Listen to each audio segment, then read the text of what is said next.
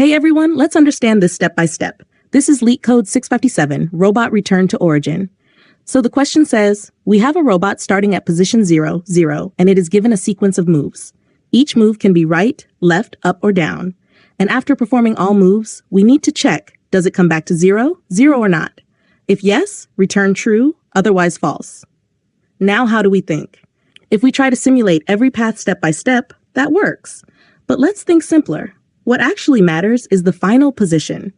Every right move increases x by 1. Every left move decreases x by 1. So for horizontal movement, right and left cancel each other. Similarly, every up increases y by 1 and every down decreases y by 1. So for vertical movement, up and down cancel each other. So instead of thinking about path, we just think, do left and right cancel out? Do up and down cancel out? If both cancel, we are back at origin. So condition becomes count of left equals count of right, and count of up equals count of down. Now example, moves are R, R, U, U, L, L, D, D.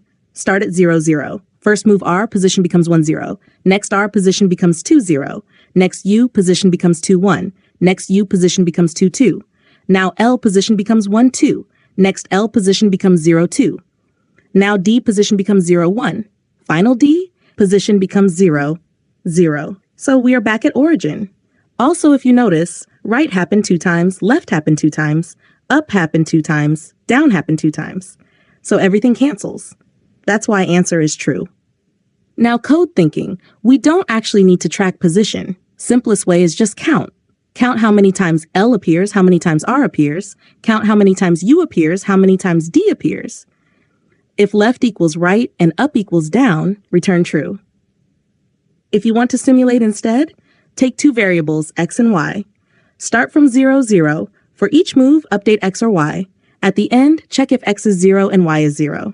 Time complexity is O of n because we go through the string once. Space complexity is O of 1 because we only use a few variables. If you want the full code, check the website link pinned in the comments.